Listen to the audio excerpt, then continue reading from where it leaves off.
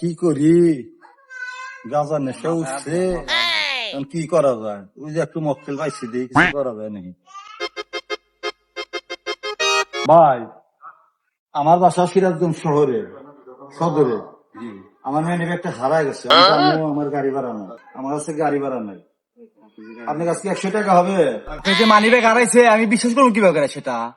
একটা টেয়ারে রাখছিলাম, লুঙ্গি খুলছিলাম তো কোথায় মানে পড়ে গেছে, আমার খেয়াল নাই। যদি একটা 100 টাকা দেন আপনি ওকে পরে দিয়ে দিতাম, আমি হলে মোবাইলে বিকাশ করে দিতাম, আপনি বিকাশ না করে।